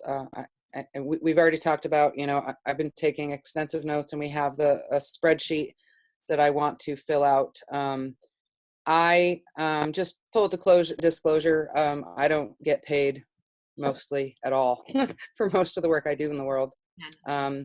If there's anybody here who has capacity, I also work like an outrageous amount of time. This is super important. So I will get it done. But if there's anyone here that already gets paid to do this kind of work or has some capacity, send me an email, and I'd love to loop you in to some work over the next week to help me get this spreadsheet in order that can be usable for all of us, so that we can fill that out. And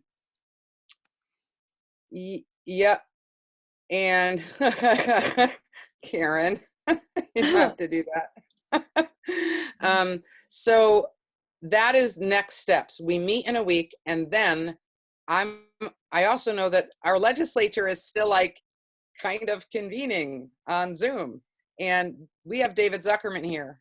So I wanted to give David a few minutes to tell us about what we can do now. And a lot of stuff came up in this call. And David, I can't believe you're still here listening. Thank you.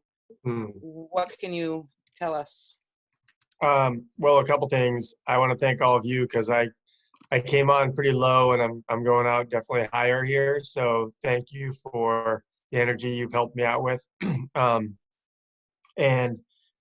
With respect to farmers markets, I put out a letter to the Secretary Tebbets yesterday, working with Maddie and others at NOFA Vermont, who are coordinating a lot of the farm market association across the state, saying this is absurd. How can an outdoor market of farms be less safe than grocery stores and enclosed buildings that are really densely populated, and liquor stores and things like that that are essential? So there's been a lot of comment on that. Some negative at me saying, oh, you're self-serving or whatever. Like, I don't give a flying fuck about that. You know, this is about farms and food across the state and what we're trying to do as farmers. So, you know, that effort is already underway. So if, you know, don't reinvent the wheel, contact NOFA and Maddie and the groups here, Rural Vermont and others who are already working on that effort to pressure the administration to shift this idea. I do want to give a voice to a small number, but a number of farmers who are concerned about their employee safety and so forth. But there's already models out there. I think someone just wrote about the sort of drive-up model and pre-order model. There's ways to do it, and there's good thought that's already been put into that. So don't reinvent the wheel. There are so many different things going on. You know, I was so glad you mentioned Luna Blue, because Shona just got 5 piglets from me last week. So, you know, the food system, when we talk about the food system, you know, the people on this call are obviously primarily sort of Upper Valley, Central Vermont area, you know, but Vermont is a teeny state. We are very much all intertwined across this state with respect to, you know, high mowing seeds, and Tom and all the growers for those folks up there. And I talked to Tom, and he said, you know, they have 100% year-over-year sale of seeds right now. People are buying seeds and growing their gardens bigger. But there was another comment that said, you know, farmers are growing about the same amount of food, and that's about where my farm is. We're growing less corn because we sell a lot of corn through farmers market, and it's not really worth it to wholesale it, but we're figuring out which our fundamental crops are that we need to make sure we grow enough of and more of. Let's see, just real quick, while the governor's there. So sadly, Brian, I can't fully answer your question. I will reveal briefly, and it's not to whine, but I have had one 30-minute face-to-face conversation with Governor Scott since we got elected in November of 2016. That was in June of 2016 when I reached out to him and said, at the federal level, we have this divisive president. We can work together. Here's some ideas. He never followed up with me on those ideas. I've been in a handful of group meetings with him that were primarily photo opportunities for him to show how he works with everybody.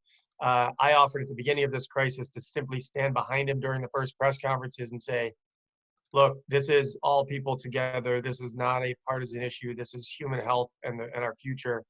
And they said it wouldn't be necessary for me to be there. So I don't, I have good communication with the secretaries and commissioners. I can reach out to them and offer them ideas. I can suggest things like the letter I sent to the Commissioner of Department of Labor today, where I said, why don't we get 300 or 400 National Guard answering the phones for the Department of Labor, get people's name, their address, their social security number, and get them a $500 check in 2 days. We got to get food on people's tables. I got a voicemail today at the LG office of this person who said himself, his wife, 2 kids, and their spouses have all been laid off. They've been working for a month to get through to the system, and they haven't gotten through. So on my end, some of this stuff is just triage mode. But I am now starting to send these letters out to the different administrative officials. I'm not actually communicating directly to the governor about it because it would then look political, because now I'm running against him. So I'm sending these letters straight to the secretaries or the commissioners saying, how about this idea? And if it's not this idea, how about another idea? And just expressing things like the farmers market, and Digger picked that up. Bennington Banner talked about it, and I think more will. So keep calling your reps, calling your media, calling your local media and saying, you know, there's a lot of us around here that think farmers markets should be open because food is about the most essential supply there is. And we should be supporting the food system, which means not only food access, but also financial support for farms so that they continue to be here in the future. I'll try to wrap up quick here, but one of the things I was going to say earlier, and I've been saying this a lot lately, is, you know, and I put it in the comments, but our farm is one of the bigger farms. I mean, I'm in the top 5%. We grow about 15 acres of vegetables, and literally in storage, we end up with less than 1 day of food supply for the people of our county in late October, early November. Our food supply system and our resilience is so far out of whack right now. And I think very few people, other than people on this kind of call, recognize that.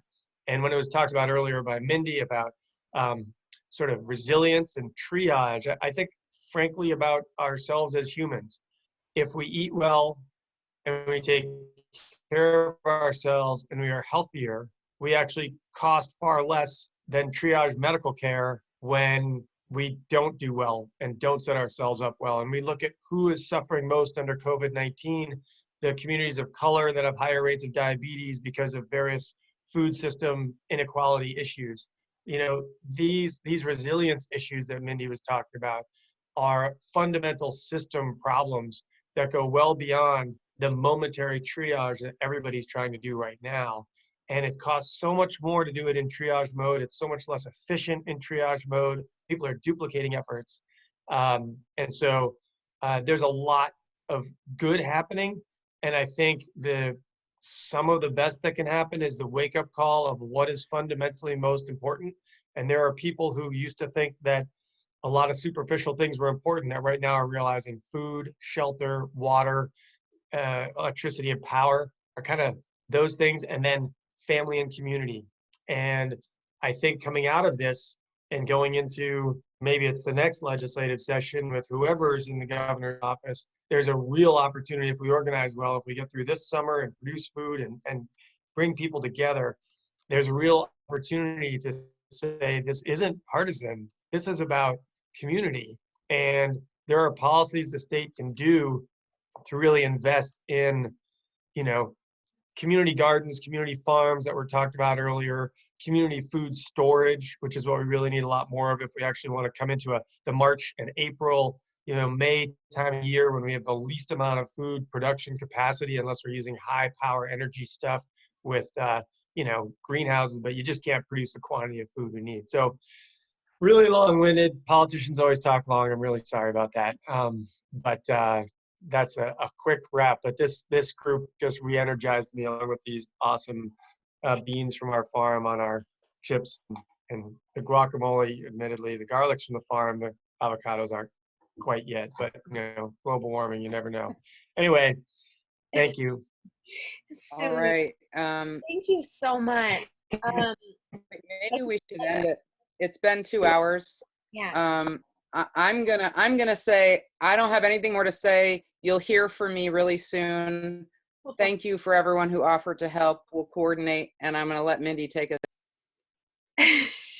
I was going to say I want to let Kat take it and end this, but yeah, like thank you, David, for wrapping that up and like really tying things together, and all of you, like this is the work. This is what we're doing. And I more than anything want people to feel empowered when they're like, this is a solution. I kind of want to do that. Like, do it, you know, like act and like do it, make that happen. And you have a network of people who will support you. You have community who will support you. And like, we want to make that happen. And so like particularly for farmers and for people of marginalized populations and people who are working for people of marginalized populations, like that is what we're here for. And so like whatever ways that we can mobilize that, like we're here for that. And the resilience piece, like this is this is resilience now in this acute sense. And it's like, ultimately the answer to a lot of questions is like relocalize these basic human resources. And with the food systems, we actually have some control to do that. And so like, oh my gosh, like let's mobilize in this sphere of this area where we do actually have some empowerment because we don't in a lot. And so like, let's harness this. And yeah, there are a million more words and like sentiments that I want to express in this realm, as always. And I like really want people to go to sleep also and rest. And so just like there's so much gratitude here for this conversation. And this is my favorite conversation ever, I think, that I've had or like been part of on Zoom before. And I really want it to continue, and not in a way where it's just a conversation, but in a way where it's like, these are the things that we're doing to move forward on this and to like connect those dots regionally. And so, as Kat mentioned, we're going to like revise and clarify and like create a spreadsheet that actually works for people to be able to plug in their information about what they're doing as a way of kind of like network mapping. But like we can do that, and we've got to really consider like what are those gaps and like how do we move forward on that. And we already like sort of know what those gaps are and also sort of know what the ways forward are. And so it's like sort of maddening, but we want to do this in a way that makes sense, you know, and is strategic and like involves everybody, like involves all of the voices necessary. Like I am acutely aware that I don't think there are any migrant workers on this call right now, and I really want to support that population of people. And so like how do we actually do that effectively?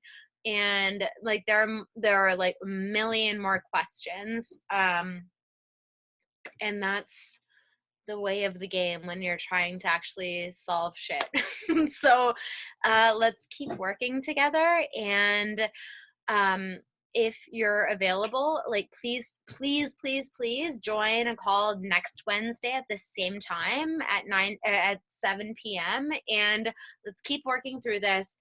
Add your information into the spreadsheet that Kat sends along, because that's crucial to actually get a picture, the map of what's happening, so that we can really next week dive into what are the gaps, where are the gaps, what do we have to fill, and in parallel to all of that, like what are all of you already doing that we can tap into, like plant swaps in a couple of weeks. Like I know that I have grown way more borage than I can possibly use this year, and like I want to swap that out. And we have like 100 tomato plants, and we can't, like that's not realistic. So like where can we swap these plants, and like how can we do these things, like how can we create these networks that are just like grassroots networks of people doing shit, you know? Like let's do that and cultivate that and use this space for that type of work to make these questions and these solutions come alive this year and not wait any longer, because we can't. So that's all I've got. Kat, or anyone else anymore? Sure, this is Karen again, and I just want to make sure that we're kind of wrapping up in such a way that honors everyone's time and efforts, and also captures all the amazing connections that have happened on this call. And so we've had a couple of grant writers identify themselves, Debbie and Laura. Thank you so much for that. And also a need that was expressed was Brian Strofolino and needing some help with some fundraising for some seed saving work, I imagine, and also the food work. And I just want to make sure that's getting captured somehow. And if people don't know how to save the chat, you can save this chat and it's all recorded again. But I'm just wondering what are the other things that emerged from needs-based? Are everyone's emails on one list somewhere? Yeah. So Karen, I have a spreadsheet I've created that has everyone who's been invited and anyone who told me to share with. So I just put in the chat that there'll be a spreadsheet going out with 4 tabs as of now. Those will be food system needs and gaps. That's one tab. People and organizations. That's everyone involved. Resources for COVID and food system related stuff so that we're all knowing what's out there and not needing to reinvent any wheels. And then grants and grant writers, or funding and helpers. Perfect. And Debbie can help do the spreadsheet. Yeah, great. Yeah. Add to all of these spheres in that spreadsheet so that we can like have this as a region, because this also, like, in a lot of your work has already probably been created. So like plug it in here if you can. That would be so amazing. Awesome. We can have a regional picture. I wonder if there's one way that we could end to help us uplift each other. Does anyone have a little tiny something of gratitude, or maybe we can all just like sing a note for each other, or and just end on that note. Do you have any Is Suzanne ideas? still on the call? Maybe Suzanne could sing for us. Suzanne's iPhone is still on the call. We love you, Suzanne. I'm too tired to sing. What should we sing? We should sing, what is the garden song? How's it go? Inch. Row by row. Oh, that's the next time. Oh. Gonna make my garden grow. All I need is a rake and a hoe. Fertile ground, right? And we need land access and power to the soil, and be connecting with the soil.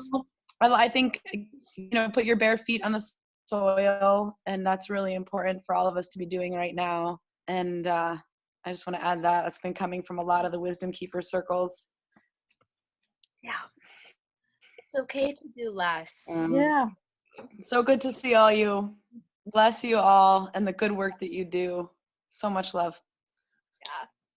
Yeah. Thanks so much. And Suzanne, I just wanted to let you know that I've taken good notes of all of your additions to the chat, which have been fabulous. Thank you so much. You're so amazing. Yay. Oh, so are you. You're all so amazing. I just love you so much. Okay.